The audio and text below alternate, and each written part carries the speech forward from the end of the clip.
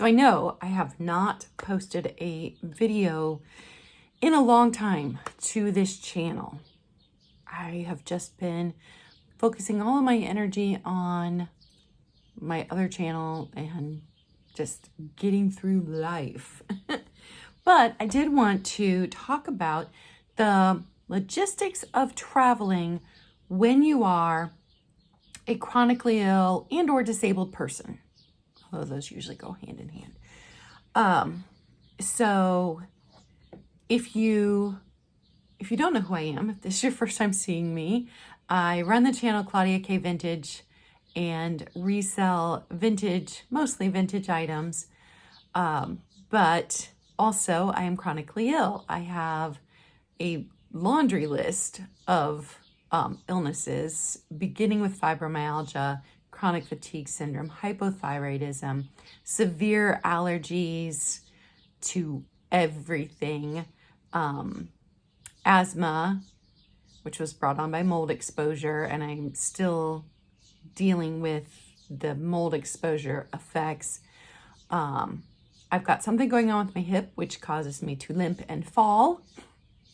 Some undiagnosed thing. I do believe, although I've never been diagnosed with this, I do believe I have a connective tissue disorder along with some other things. So I have a lot going on.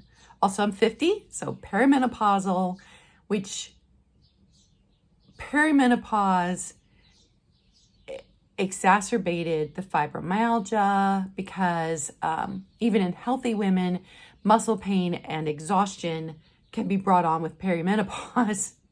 So if you already have muscle pain and exhaustion, guess what? It gets worse.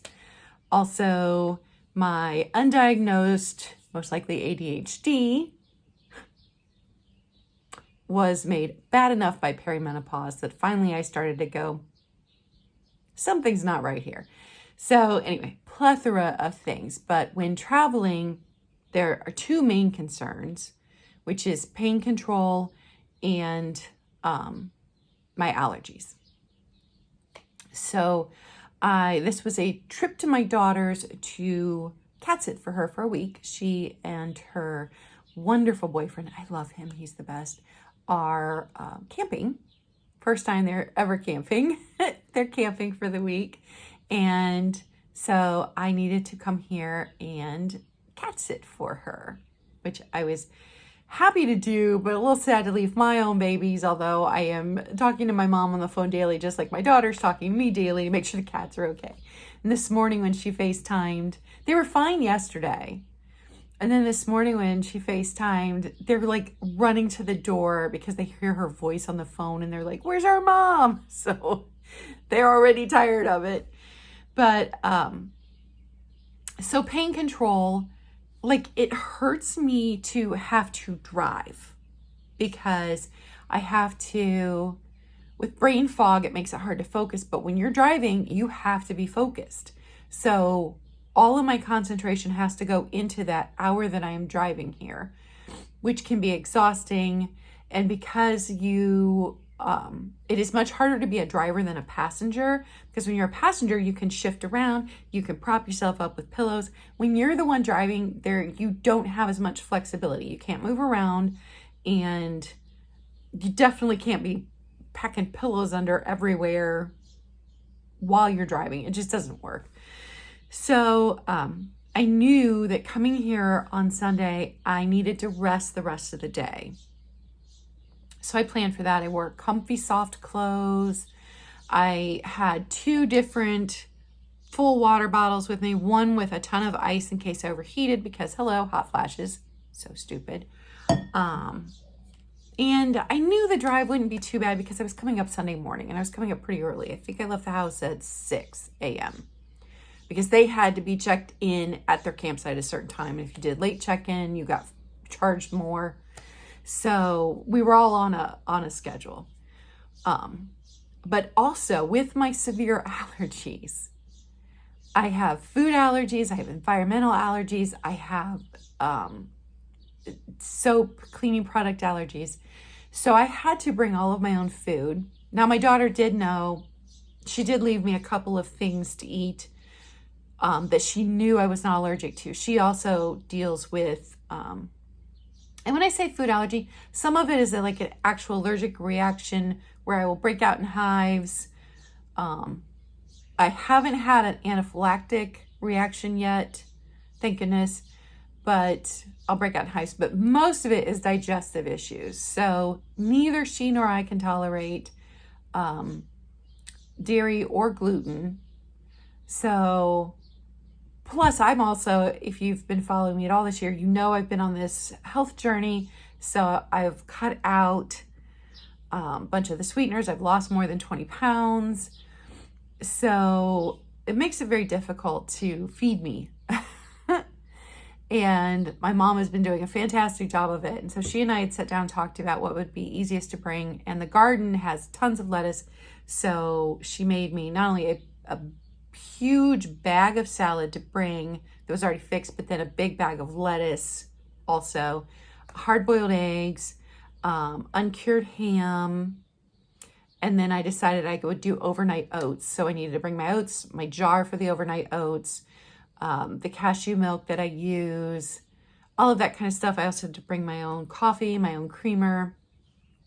So I had to haul a whole bunch of food.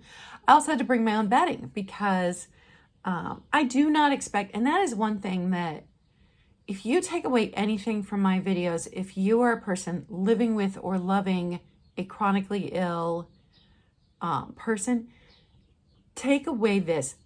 We are never doing any of this to inconvenience anyone or put them out. We are doing this to survive. So I never want to inconvenience anybody with all of my various allergies and my food needs, and it's a lot, and I feel bad. So a lot of times I just don't leave the house because I never want to inconvenience anybody. And oh, hey, are you going to come here? Romeo. No, he's camera shy. So just know that it may seem like we're just being picky or particular or annoying, but we are not. We are just trying not to set off a flare-up or an allergic reaction or an asthma attack or whatever it may be. We're just trying to survive out here. So I never expect anyone else to meet my needs. So I would not expect her to wash up a bunch of bedding in a detergent that I'm not allergic to so I can sleep at her house. No, I'm going to bring my own bedding. I'm going to bring my own towel. I'm going to bring all my own soaps. I even brought some of my own cleaning supplies because I knew I'd have to do some cleaning while I was here. And I had, because there are very specific things that I know I'm not allergic to, and I stick to those brands. Of course, then they change ingredients, and then I've got to find something new I'm not allergic to. But, so I brought I had to bring my own toilet paper. I am allergic to most toilet papers. And you would think that it would be like the cheap toilet papers I'm allergic to. No. Currently, the only toilet paper I've found that I am not having a reaction to is the Kroger brand.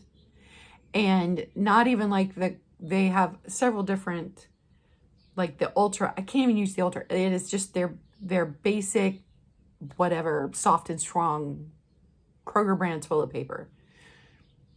I am allergic to Cottonelle. I am allergic to Charmin. I'm allergic to everything. So just the logistics of traveling. So then I've got a carload of stuff I've got to load up before I even get out on the road, which is exhausting in itself. And I also had to bring the things for my Monday sale, and I decided not to do a Wednesday sale. I'll still go live on Wednesday, but I'm not going to do a sale because I didn't want to have to bring another thing with me. And then I also had to bring her birthday presents because it is her birthday on Friday. They'll be back Thursday night. I'm going to stay one more night and hang out with her for her birthday. But the logistics of even just getting here. And then you never know if you're going to have a reaction to something once you get into somebody else's space. She's really good about like putting her scented candles away. She cleaned 3 days before I got here, so any lingering chemicals she had all the house open, so all the windows were open, everything had dissipated.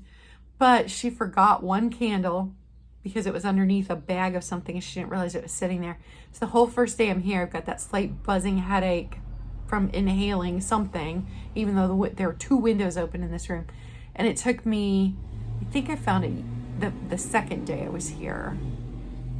I think I found it that morning. I was like, oh.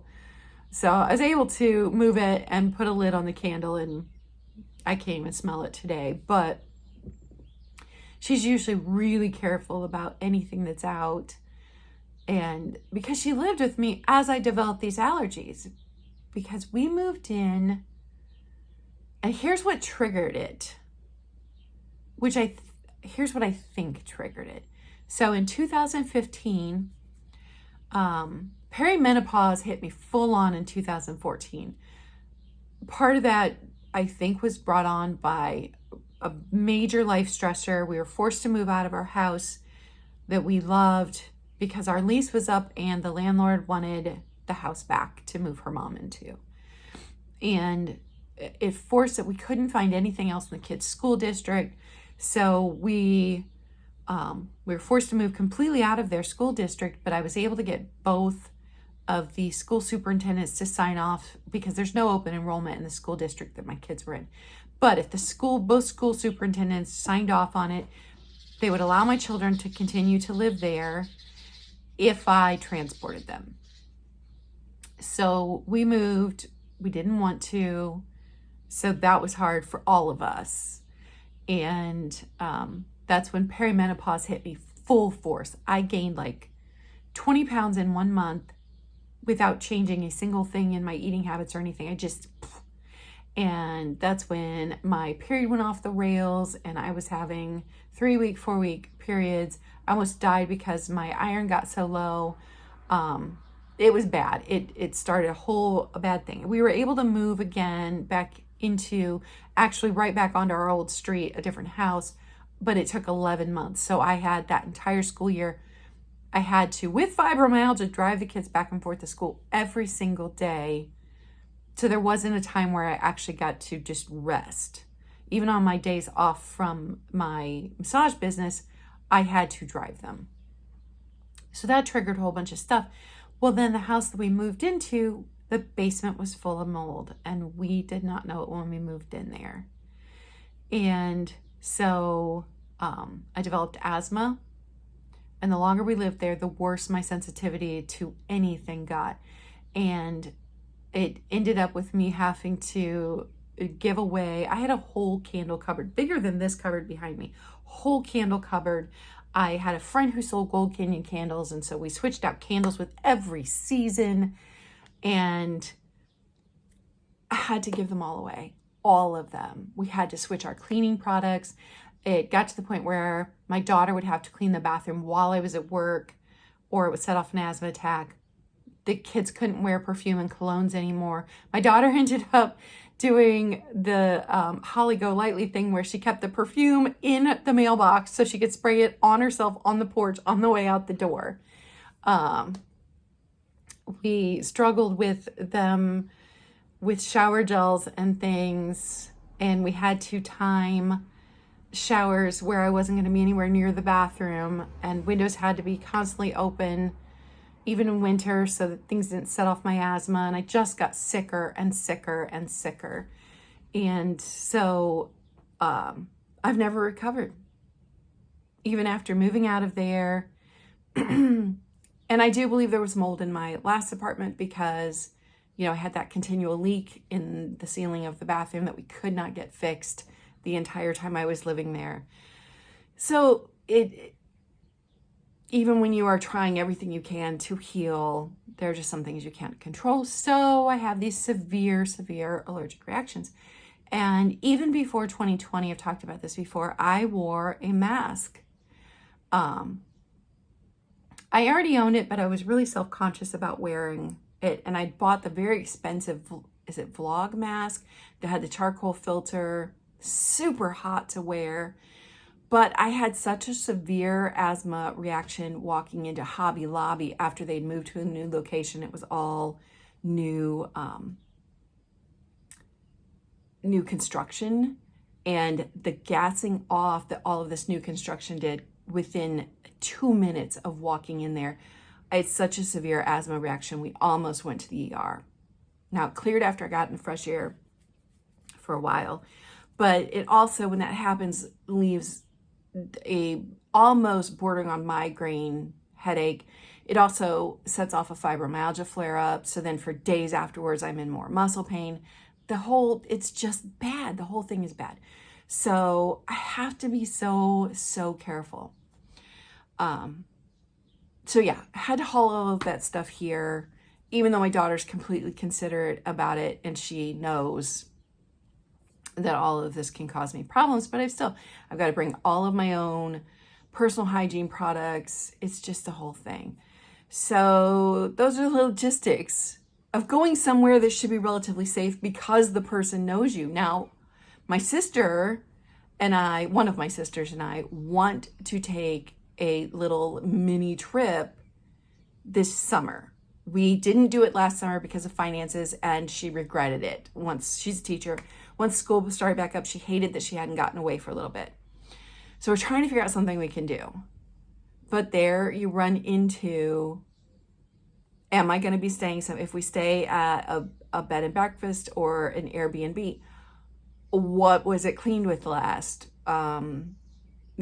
Is all of my bedding going to fit into the car that we're driving? Are we going to be able to find food that fits my dietary needs? It's the logistics. And then is the bed going to be comfortable enough for me to sleep? Because if I don't get any sleep, then pain flare up. So if you are someone who is chronically ill and or disabled, I see you. I know what you're going through. And like I said, if you are somebody who loves somebody, has someone in your life, is related to somebody, we're not doing this to make your life more difficult. We're not just being picky or a Karen. We are just trying to live without making ourselves sicker. And also trying not to inconvenience the people that we care about. And it can be incredibly difficult. With all of that being said, I am on day 3 of being here. I got here Sunday morning. It is Tuesday, and it is peaceful and it is relaxing. And I already read one whole book, and so I'm doing well. It's going better than I thought it would. Her bed's a little hard. It's not as cushy as my bed, but she even had the AC already set up in the bedroom with a fan, because it's so hard to sleep when you have chronic illness and you need a certain temperature and you need a certain amount of white noise, and she already had all of that set up for me. So it's lovely being here. I miss my babies, but I'm enjoying being with my grandkitties. And I hope that you guys are doing okay too. Summer's better than winter for most of us with chronic illness, although as the temperature edges up, the humidity and heat can be almost as bad as the cold can be. But I'm enjoying the warmer weather, and I hope it doesn't get too hot. But hope you're all doing well, and I will talk to you next time.